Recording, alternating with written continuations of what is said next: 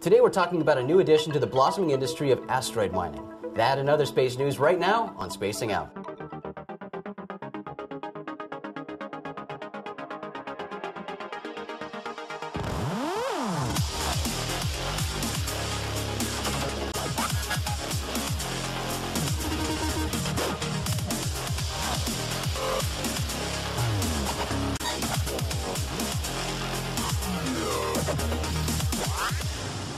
Greetings everyone and welcome to Spacing Out. I'm Jason McClellan. Maureen is still away this week working on another project, but filling in for Maureen today is our friend Amy Shura-Title. Amy, thank you so much for coming in the studio today. It's exciting to have you here. Well, thank you for inviting me.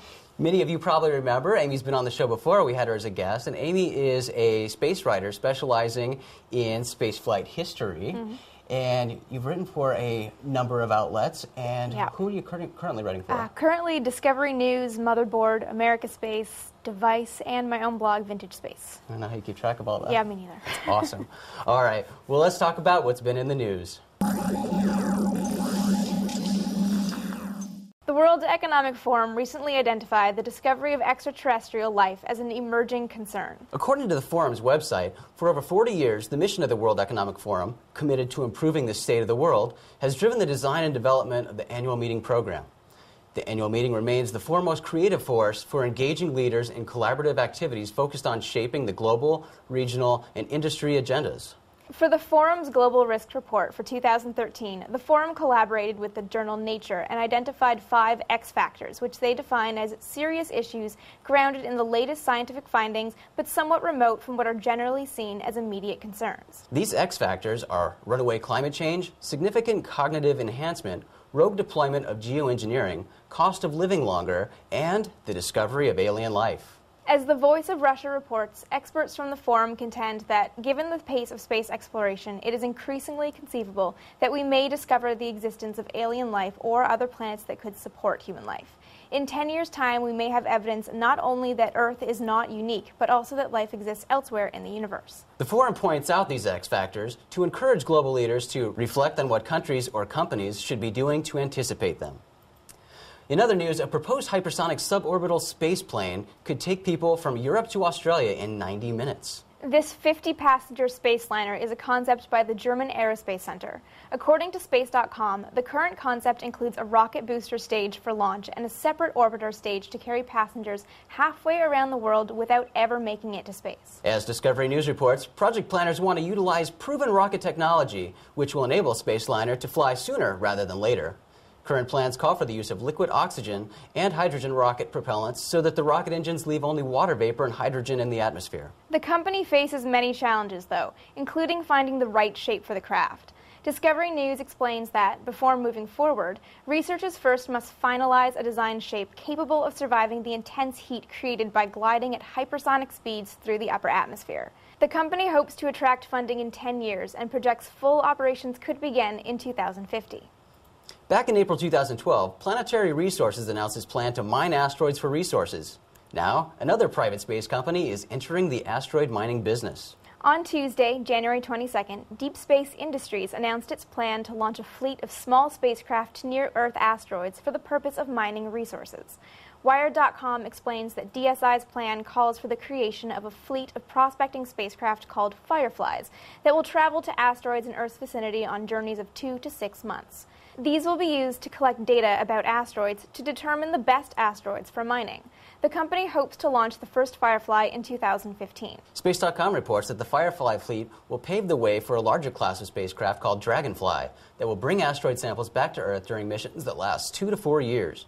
Dragonfly mission should begin in 2016. And further in the future, DSI plans to use its Microgravity Foundry, a 3D printer using patent-pending technology that will reportedly be able to utilize mined asteroid resources to print metal components. According to Popular Science, DSI claims the Microgravity Foundry could potentially print new parts for Mars missions, components for new outposts that would replace communication satellites, and even space stations that can beam power back to Earth. DSI Chairman Rick Tumlinson recently explained that the company's mission is to find, harvest, and process the resources of space to help save our civilization and support the expansion of humanity beyond the Earth. and doing so in a step-by-step manner that leverages off our space legacy to create an amazing and hopeful future for humanity. The announcement by Deep Space Industries came on the same day that Planetary Resources unveiled a space telescope it plans to implement in upcoming deep space missions. As redorbit.com explains, Planetary Resources plans to launch this Arcid 100 telescope in 2014 with the hopes of aiding in the harvest of precious metals and water from near-Earth asteroids by 2020. Kepler, NASA's planet hunting space telescope, suffered a setback a couple weeks ago after engineers noticed a problem with the orientation mechanism. Kepler was placed in safe mode for 10 days to allow its reaction wheels to lubricate, hopefully solving the issue. Although safe mode prevents Kepler from making new observations, the search for alien worlds got a boost last week when NASA opened Kepler's database to the public. Space.com explains that it would be difficult for Kepler scientists to get their jobs done without the help of amateur astronomers around the globe. And by making the exoplanet archive more accessible, it could mean that more planets are found and confirmed in shorter amounts of time than ever before. The NASA Exoplanet Archive is accessible now. And in case you're keeping track, Kepler has identified 2,740 planetary candidates, and 105 planets have been confirmed. And Amy, this is something I would love to hear your thoughts on. It seems to be happening more and more where, with science, kind of going the crowdsource route, taking these mountains of data coming in from these various tools and looking to amateurs to help get through all of that data. It's pretty neat. I mean, they have tons of information out there. They're gathering tons of data, way more than they can pay people to really look through. So why not give it to the people who really want to know about it? Yeah, people love exoplanets. Let them find some. I think it's great. And just space in general. People love space. And fortunately, and I hope this is the case, I'm seeing it, but I think the interest in space is growing again. We're seeing more and more interest in space. So you've got a lot of people who are willing to donate their time. And this is a time-consuming process to go through. There's so much data. Yeah, so and I think it's painstaking data to look through. But my concern is, how do they regulate the quality or knowledge of people going through this data, and will it create additional work for people to then go back and have to verify what these people have categorized? That's not an angle I've actually thought about, but I imagine if somebody finds something they think is a planet, they then give it to the experts to verify it. But you're right, you could have some interestingly minded people coming in and just finding planets everywhere. Yeah. I don't know. Yeah, I hope it doesn't create more work, but it's great, and it's good that there are people who are interested in donating their time because, like I said, there's so much data to get through, and Kepler alone, it's an awesome mission. Yeah, I love it. Well, let's talk about this asteroid gold rush that seems to be happening, the space gold rush. Now we've got at least 2 companies planning to mine asteroids. What do you think about that?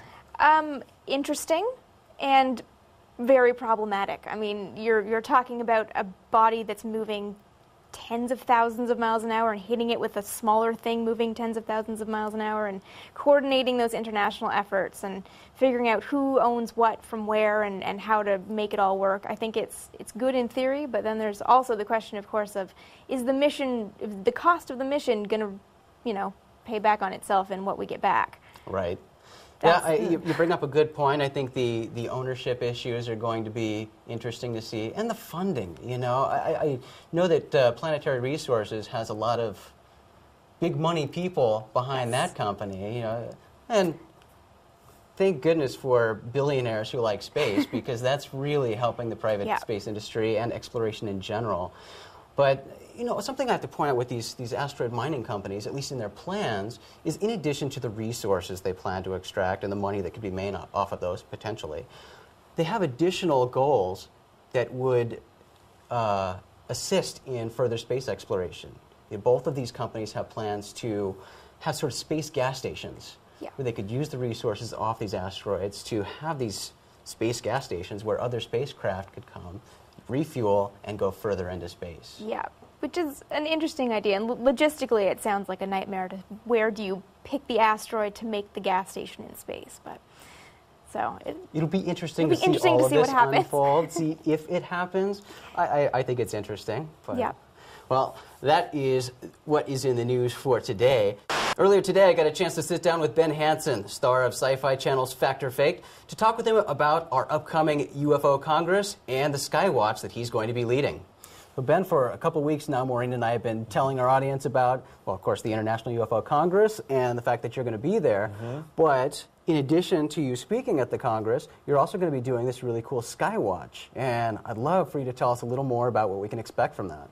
Sure. Well, just about, I'd say maybe 5 months or so ago, I was approached by Bushnell's line of night vision equipment. Their company is called Night Vision Optics. And so I had bought a scope from them. They came to me and said, hey, you know, you kind of cover a lot of the different audiences that we cater to. Right. You know, the paranormal, I also kind of, you know, do the gun training and all that stuff. And so they said, would you like to work with us and be a spokesperson? I said, yeah, for sure.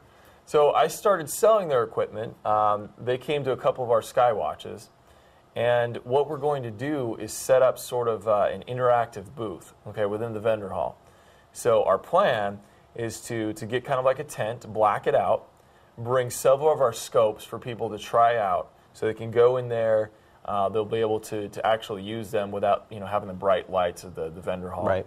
And then the night of the Skywatch, we're going to get some LCD screens, and we're going to have just about every genre of night vision equipment you can think of. We'll have thermal camera. We will have full spectrum cameras. We will, you know, into the IR and UV, and we'll have Generation 3 military grade, the top stuff of the night vision equipment. So that'll be there for everyone to try out.